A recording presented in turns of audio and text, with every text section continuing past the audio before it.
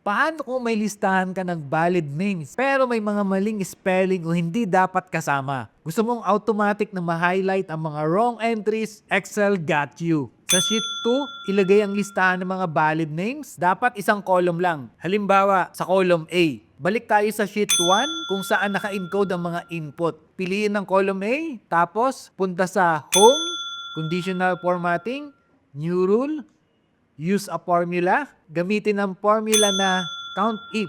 Then, set your highlight color sa format.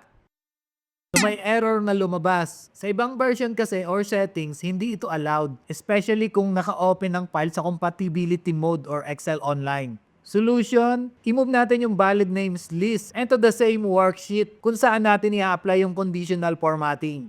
Dito natin ilagay sa column D. Next, select natin yung A2 to 100 or kung saan tayo may data. Go to Conditional Formatting, New Rule, then Use Formula. Ito na ang gagamitin nating formula. Set color, yun nating red. Okay? Boom! Kapag hindi valid ang name, automatic na naka-highlight. Hindi mo na kailangan hanapin isa-isa. Marky, Ronald. That's it. Don't forget to like, follow at share mo na rin sa tropa mong Excel newbie.